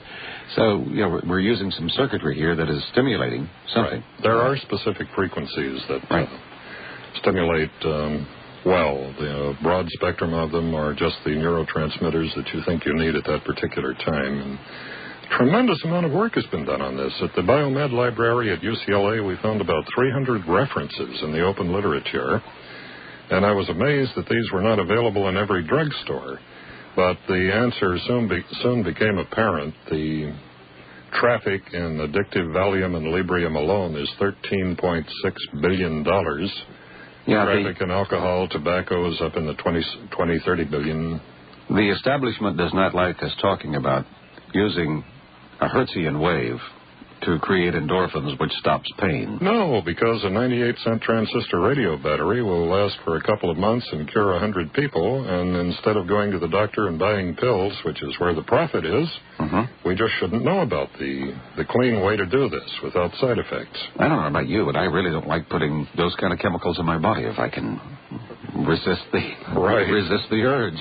We have some of these floating around a movie studio here where some of the people have been on cocaine for a number of years, and they're totally clean. And before the brain tuner, they had tried, almost every hospital farm around to detox, and they were right back on it within a week. But the brain tuner does, you do have quite a history of... It has about a 35-year history of total success, and we're putting together a bibliography on this, which is free if there are any doctors in the audience that doubt this. Now, if somebody wanted to talk to you about the brain tuner, particularly how it works in coping with drug addiction or alcohol addiction or any of these addictions that we all could get into. I get addicted to all different kinds of things every week, something. We have a problem here. The device is not approved by the FDA, nor possibly will it ever be. Well, no, it's preventative medicine, and of course the FDA won't okay preventative medicine. That a consenting adult, an informed consenting adult, should have the constitutional right to experiment on himself. So we're selling it as an experimental device, and 100% money-back guarantee, and if it doesn't work, send it back. And we've only had 2 returned in the last year, and these were people that took them apart trying to make their own and sent us a box of parts back. Instead of the device, we still gave them their money back. There you go. But this is quite a story, and I think we'll touch on it next weekend. All right. How do we reach you about finding out about those? Paul has put together a seminar here that'll be Saturday, October the 13th from 10 till 5 p.m., 10 a.m., 5 p.m., and you can call 393-9405 for information. And what we're doing is putting out a tremendous amount of information and free circuit diagrams of how to build some of these detox-type devices. We won't be passing out diagrams of the brain tuner, but we definitely will be giving away diagrams of the magnetic pacers that counteract the ambient electromagnetic interference.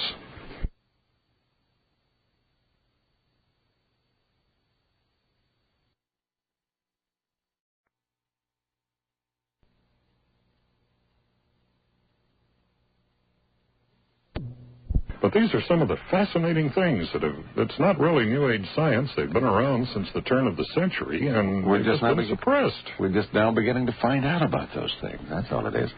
Kent, are you still on the line with us there? I know you've been hanging on for a long time. Hello, Kent. Oh, well, Kent, I got to put you back on. There you are, Kent. Oh, hi. Okay, yes. All right, I'm gonna ask you to hang on a couple of more minutes while I do something, and I promise you I'll get right back to you. Okay. I'm Bill Jenkins. It's Open Mind. Well, at night, yeah, but I guess I don't know. They didn't address that. I remember from biology. I don't remember. I think that the activity of the plants is greater in the daytime, so that the predominance would be what happens during sunlight. Although that would have to be checked. I'd have to check it myself. Go ahead. I mean, I didn't want to... Yeah, well, that's a good point. And it'd have to be checked You don't have a plant in your bedroom. Really? That's true, yeah. Okay. I had been considering that for the oxygen. Maybe I might have been exactly wrong on that. I hadn't really gone much further than just thinking about it. But, okay, well, the plants do breathe in carbon dioxide, at least during the daytime hours, and exhale oxygen And so the extra carbon dioxide released into the atmosphere by the burning of fossil fuels has all this century unnoticed by anyone until these scientists cut down the redwoods in Northern California and examined the rings, the growth rings, and found them significantly larger since the beginning of the century. Have been feeding, the carbon dioxide has been feeding the plants, and in other words, it hasn't been unused. And so the additional collection, the content of the carbon dioxide in the atmosphere must be far less, since a lot of it's being used up by plants. And the whole globe is covered by plants. Far out. I love that, Ken. Since the nature is actually using the extra carbon dioxide, the greenhouse effect is most likely is not going to occur. The concentration is just not nearly as great. The potential concentration is not nearly as great as predicted by those who have been the exponents of the greenhouse theory. In other words, I think we got the picture there, Kent.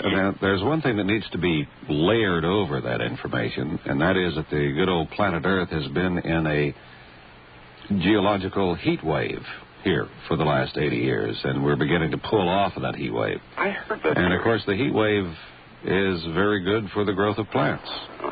Now, you're going to have to factor that in with the slowly rising levels of carbon dioxide in the atmosphere.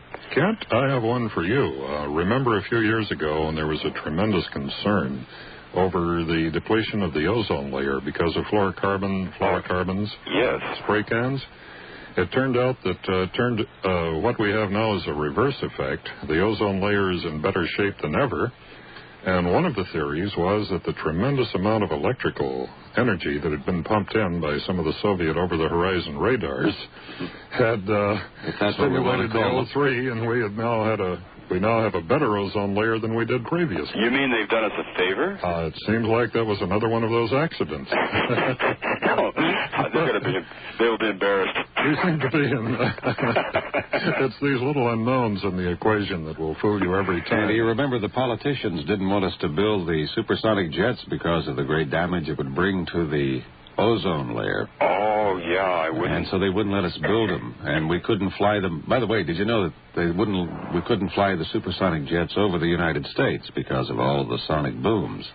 But the military flies them over the United States all of the time. And there's not a supersonic boom or a hole in the ozone layer anywhere. That's right. And you can look for supersonic service across the United States from New York to Los Angeles because the entrepreneurs know exactly where the military has been flying them, and the congressmen, as usual, didn't know what they were talking about. No, at least 90% of the time they buy the scare tactic because it buys votes, immediate votes, I guess. Right. And it sets up and gives them a new bureaucracy to play with at our expense. Yeah. Well, that's the name of the game, develop a new bureaucracy. Sure is. Well, listen, Bob, I'm very much interested in the seminar, and I'm going to see if I can get to that this Saturday. I've got to check my budget, but... hey, spread the word, would you? Yeah, if I'll think about someone who might be interested. I know one friend of mine who might be, and I'll contact him. I think the Xeroxing alone for all this information we're trying to get out to the public is going to run about a third of the entrance fee, but anyhow, the people will go out with something that they can actually use in their lives. Well, thank you very much about the information about the rings. Let's layer over the heat wave that we've been enjoying globally. Heat wave, I'm using a little Ponte's term there. Okay, Bill. We're in a very warm period. Yeah. Maybe you could talk about that on another show sometime. I'd be interested in hearing more about that. I haven't. All right, I'll try to get Lowell on. He's one of my favorite people. Yeah, he's good. Okay, Bill, listen, it's been a pleasure. And, Bob, just keep up the good work because she'll be out here listening.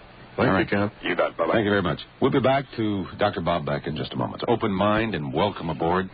And I do want to thank you. I'll just take a moment to thank you. We have the new ratings, for every 3 months those come out. And thank you. This Saturday night belongs to us. And I'm so glad you're aboard and that you've been with us like that. It's beautiful to see that.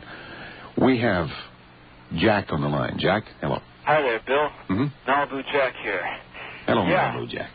Yeah. You still riding that motorcycle? Hi, Jack. It wasn't even worth selling. I gave it away. Oh. I burned it out. Okay. Anyway, Bob, first of all, I want to say that I definitely do accept your speculation that we obviously are on the threshold of a bioelectromagnetic warfare with the Soviet Union, and Threshold, we're in it. Yeah, right. Now, I have an idea. I'm perfectly serious about this, on how we could turn the tables on them and give them a taste of their own medicine. Would you like to hear my idea? Go for it. Okay. Now, Bill, as you have said many times on your show, the human mind can do anything. Now, we won't need any mechanical transmitters as they are supposedly using. All we have to do is get a bunch of our great psychic minds together, and instead of wasting time walking on coals and bending spoons and predicting earthquakes, we get a bunch of these people together. And I'm not kidding. I'm serious here. I didn't mind walking on coals. I think it was a waste of time. I did it last month myself. We get a bunch of people together and coordinate their minds together so that they can pick up these transmissions that are coming from the Soviet Union and deflect them or reflect them back to the Soviet Union and give them a taste of their own medicine. That's already happened to them. Oh, yeah? Yeah. That experiment has been done, and it proved to be successful, and it caused some changes over there. Is that Tom Bearden's mind link? Mm-hmm. Yeah.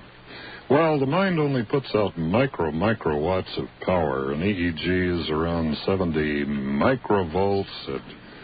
It's going to take an awful lot of brain power to pay for 100-watt light bulb. Well, the human mind can do anything, so let's give it a try. Well, what you're talking about is unleashing the full potential of the human mind. Yeah. I don't know whether that, as a society, that we're able to cope with that kind of energy, if that comes along. I think it will come to us as we are able to cope with it. Obviously, we don't use it.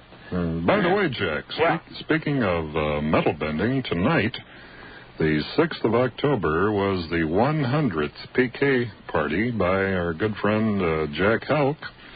And he has taken this all over the world now, and believe it or not, this simple little thing like bending a spoon with some mental assistance has opened the mind of a lot of generals and admirals and people in high places in Washington.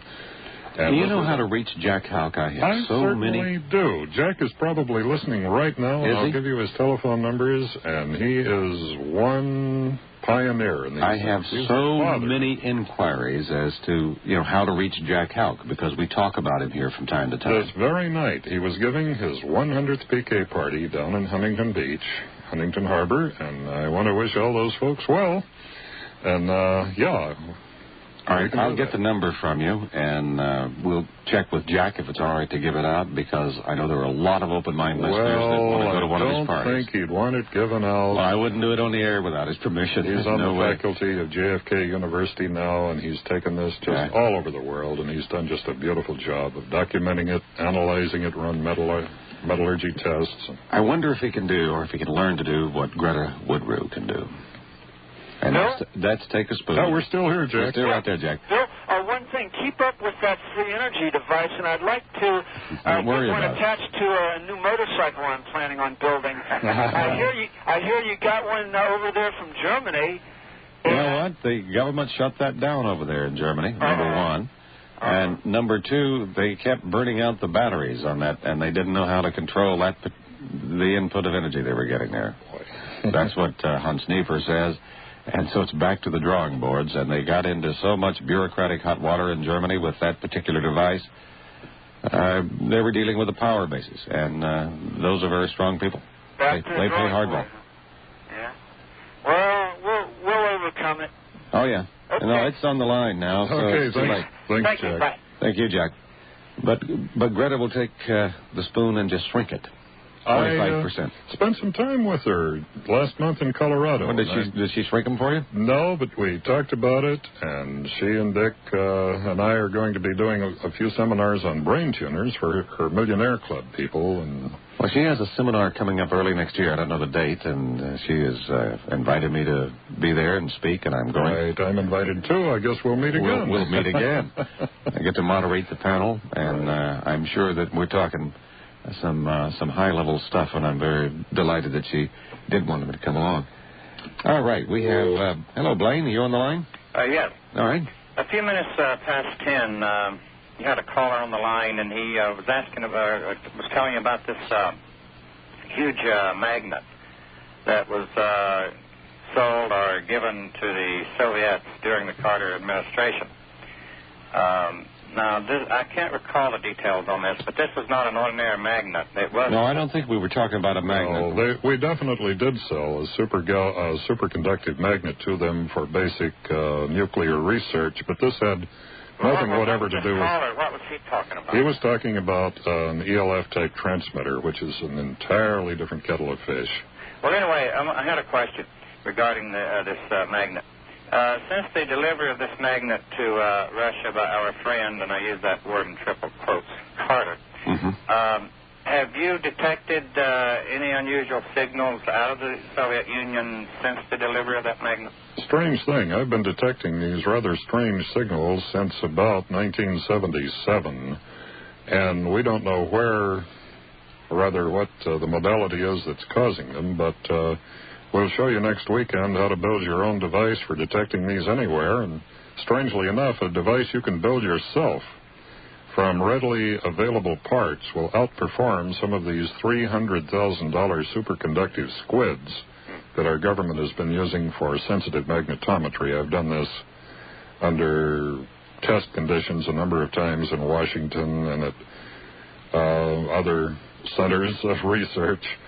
And it's very, very simple to do. And I'm surprised that more people aren't really looking there themselves. When they're feeling a little bit out of sorts, they can check it out, find out whether it's objective, subjective, real, or actual. Okay, this little black box, as it were, that stops pain. Are you producing those, and are they for I'm sale? making them on a very limited quantity. How can one obtain them? Well, call this number, 393-9405, and they're just a veritable storehouse of information, and you can build your own. Now, TENS units, transcutaneous electric nerve stimulators, have been, around since the turn of the century. Norm Shealy, who's sort of the father of the current generation of these, simply transistorized a device that you can still buy for $35 in barber supply stores that put an electrical signal into the body that reversed the pain gate phenomena, etc. And we'll talk about these and pass out some circuits next week at the seminar at the Marriott Hotel. So call this number, 393-9405, and you'll get it. Okay, I sure will. And before I leave, I just want to say, Bill, we're very fortunate to have someone like you on the radio with such open mind. It's really a ray of sunshine. Well, thanks so much. Sure. Thank you for that, and I... you say all of those nice things, but I certainly want to tip my hat to the management here and to the American Broadcasting Company who have let me do my thing. Right. And they have a lot of guts. Thank you very much, Blaine. Appreciate that a great deal. Bill, before you take another one, I'd like to share an experience that my lady and I had several months ago. All right. People say, well, how does this affect me, and isn't it a little bit far offshore? We were having dinner in one of the most famous restaurants in Southern California. And this place has one desk for incoming reservation, people wanting seats, another one for seating, etc. And when... the neighborhood Blenchel store. Well, we found that after we were finally seated, that everyone in this restaurant was just eating like there was no tomorrow. And Diane looked at me and said, Bob, why are we gulping our food? We had some technology with us which quieted the place down, and pretty soon the owner and manager ran out and started screaming at the help. We were seated not too far from the service station. It finally occurred to me that they're actually using part of this ELF technology now in certain places to speed up the adrenaline reaction. When that happens, it's the fight or flight. You'll have to eat faster, get out of there. They can seat more people overnight at the tables. So the things that we thought a few years ago that were rather esoteric and secret apparently have trickled down to the commercial sector. And instead of subliminals, eat popcorn in your movies and television, you're going to be motivated by some of these magnetic fields And these are not... It's quite a business. We had a marvelous chat one night with Dick Sutphin about the subliminals that are going on. And, you know, Dick has made quite a study on it. I have some of his tapes.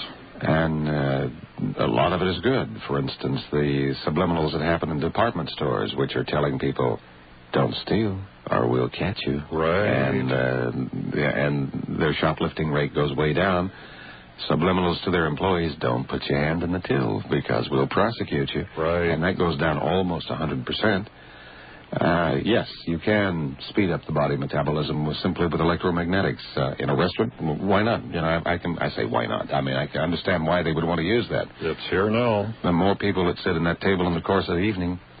And you do have to be sensitive to these things, and you have to know what it is. Right, and it's apparently contagious. The people who are sensitive give off vibes to the ones around them, and they all speed up. It's almost a mob rule consciousness linkage. They don't like it when I come to a restaurant because I make an event out of it. Uh-oh. I move in.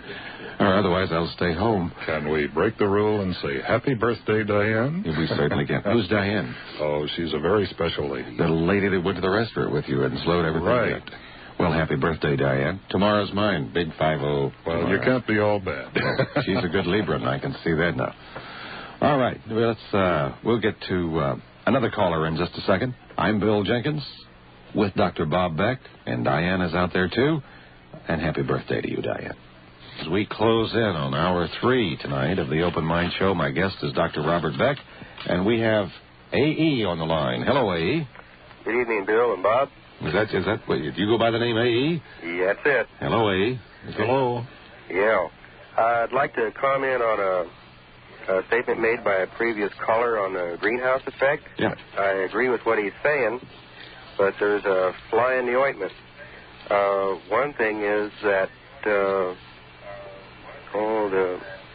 how would you say, now they're destroying a lot of our forests and things like that for building houses and land developments and things like that. So we're losing a lot of our trees and things that would be doing one thing.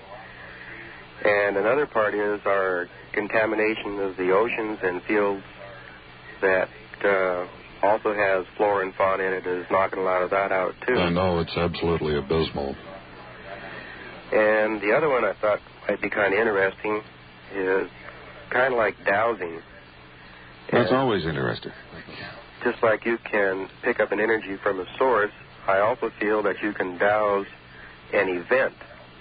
And this has to do with the woodpecker type influence where, well, are you familiar with Christopher Hills? Yes, I know him. And the little University box of the Trees, yes, I'm very much aware of this. You could put a picture in the little box to send energies to a different... Right. This is radionics. By the way, this year I'm national president of the U.S. Psychotronics Association, and I know most of the competent people in this field. Well, for the people who don't understand, a picture in a box, if the box is constructed and properly energized, can do incredible things. Yes, it can, and that's another Pandora's box, and let's not open that one tonight. We'll be here until tomorrow. Well, some people think, and there's strong evidence to suggest that that's how we lost the Thresher, was with a photograph. And you can go on and on and on from there. Yeah, and I've heard all of this, and who knows? It's basically your intention. It's some people feel that it's another form of prayer, and others feel that the boxes are actually putting out some type of energy. Now, I have to go down the middle here because I have friends on both sides of that camp, but if it's working, don't fix it. Yeah, that's true. You don't want to fix a car that's already working good. I think one of the secrets of the universe, A.E., is that healing works in spite of the theory of the healer, very seldom because of it.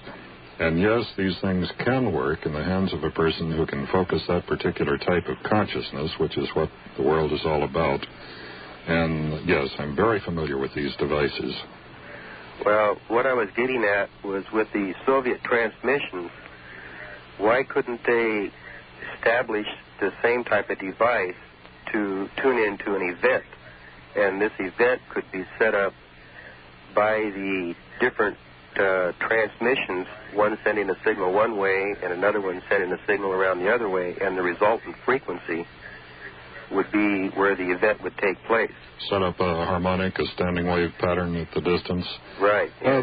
This comes up a lot. Tom is quite up on the mathematics, Tom Bearden. We'd sort of hoped to have him on the telephone tonight, but... I lost his number. It's my fault. But, yes, thanks for that contribution. Today was the first of the DOLAC, Dowsers of Los Angeles County, meetings after a long summer.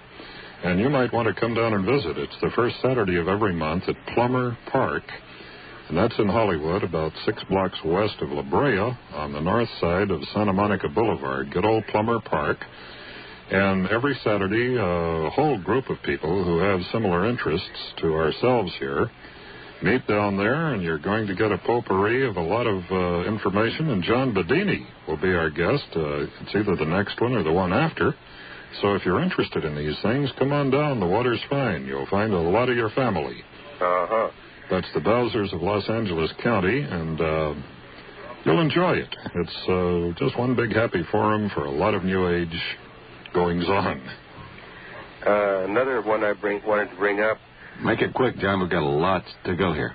Was the other caller that was talking about the ringing in the ears. Mm-hmm. This could also be a resultant from getting involved with the harmonics between several radio stations. Well, it can happen. I've run a lot of tests on building sick houses, including the Capitol, the Sacramento Capitol building, that was sort of a monument to modern technology, except the secretaries couldn't stay in it for more than a few days without getting headaches. Mm-hmm. And we'll talk about instrumentation for testing this yourself. Radio Shack $10 boxes where you can find these things and actually verify them, read them out scientifically at the conference. And if you want to know more about that, it's 393-9405, and it's coming up next weekend, and I think you'll find it very interesting. Okay. All right, A.E., thank you very much. Okay. Appreciate your contribution to that, and we have John on the line. Hello, John. Hello. Yeah. Bob, this is a person out of your past. Well, hello, John. You've been in my business a couple of times. I guess the last time was about a year ago. And many years ago, you sold me an ion generator. And I guess I can give you my last name.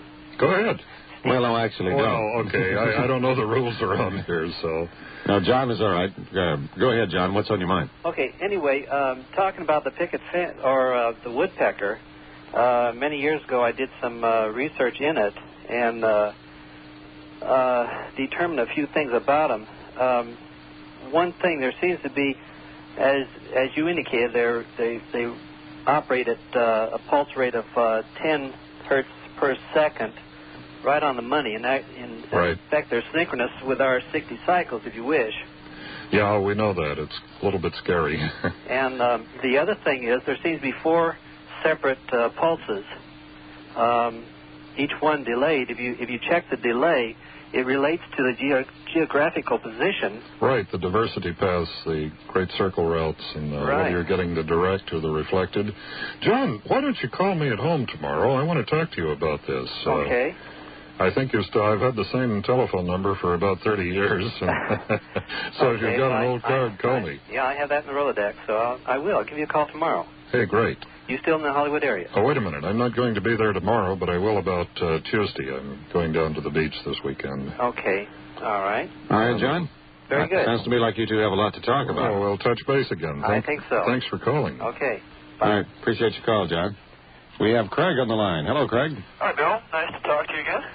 Were you up in Mariposa again tonight? Yeah. How are we coming in? Well, it improved a little bit. It was pretty bad. In fact, I was going to say I'm real happy to hear you've got that extra hour. Sorry I missed it. And maybe that means you'll be getting on the network soon. Well, we don't know. If Dr. Demento can do it, Bill can do it. Problem is, we're in Los Angeles, and, of course, New York thinks everything should come from New York. That's where God lives. Anyway, there's hope. We'll see. I want to ask for a mailing address because that's the longest call for me. Is there some way to get in touch through the mail, perhaps get a copy of the schematics? Oh, I think you can. And let me see here. We're digging up an address. And it's got to be 409 Santa Monica Boulevard, and that's Santa Monica, California. And we don't know the zip. Isn't that gauche? I tell you what you do, Craig. That's all right. I'll get a zip. No, just send it to me. Address it to Dr. Bob Beck, care of Bill Jenkins, KABC, and I'll make sure he gets it. Is that all right? Okay. Because they didn't bring all of their information here with them. When in doubt, check with Bill. But you do have this telephone number down there that's 393-9405, and that's area code 213, and they'll be able to take care of you right away. Right. Now, since I missed the first hour, I'm not going to ask you to repeat everything you said. I imagine a lot of other people did, too. Could you briefly relate what your base of operations is, your affiliations or whatever, that kind of stuff? No. No, there's too much to say, right? Right. It'd take forever. I'll talk to you about it personally. Craig, let me put it this way. Trust me. I'm not talking about trust. When they get on the show, I've already checked that out, and it's okay with me. No, that wasn't the reason for asking. Okay. I mean, it was very interesting to learn that you're the president of the Radionics Society. USPA. Yeah. I mean, Now, what we're doing is better than this. We're passing out enough information that if anyone doubts any of these claims, we feel it's the scientific approach to say, okay, here's the schematic. You build it, and you see what you get. There's no mystery, no mysterious black box involved here. It's here, it's now. We can give you bibliographies in the technical journals, the hardcore scientific literature, as Tom Bearden puts it, and we're here. We want to speak with data. Right. Well, what have you put out personally as far as your personal research publishing? Oh, I've published a couple of papers. I have one right here that says Extreme Low Frequency Magnetic Fields and EEG Entrainment, a Psychotronic Warfare Possibility that sort of shook up the community back in 1977. Where was that published? It was picked up by about 4 or 5 different journals. The one that you might have access to up there was the Journal of Humanistic Psychology. After that, we backed it up with about a 24-page technical paper that described all of the apparatus, gave circuits of the EEG amplifiers, some of the boxes we used, so that people could replicate whatever they chose, and everyone who's replicated has come up with the same result, so we feel pretty good about that now. And I guess you missed the fact that there are a number of international conferences on bioelectronic medicine. One of the most interesting was the one at the Loma Linda, the Pettis Loma Linda Veterans Memorial Hospital that was hosted by Dr. Ross Adey, in which our government funded a number of world-class scientists. And they met out there last June, 1983, and talked about these things openly for the first time in history. And the conclusion is that perhaps there's a great deal going on down here in the microgauss levels. The window amplitudes are so low that you cannot measure these with a SQUID, a sequential quantum integrating device, but you can with a large solenoid and low-noise amplifier. And if you look in the February 1984 Science magazine, you'll find a little article that establishes that electromagnetic pulsations down at the geomagnetic level, this is around the Schumann amplitude of around 70 to 125 microgauss, millionths of a gauss, are highly psychoactive and have caused changes in chick embryos, etc., etc. Delgado, who had to leave the University of New Mexico and go to Madrid, Spain, has reported that he's controlling behavior of animals from large distances with little bitty boxes, wireless. So it's here. It's hardcore scientific data. It shouldn't be surprising to people, given, we already know that birds can navigate around the world. How do they do it? Right. But with reference to the Earth's magnetic field, of course.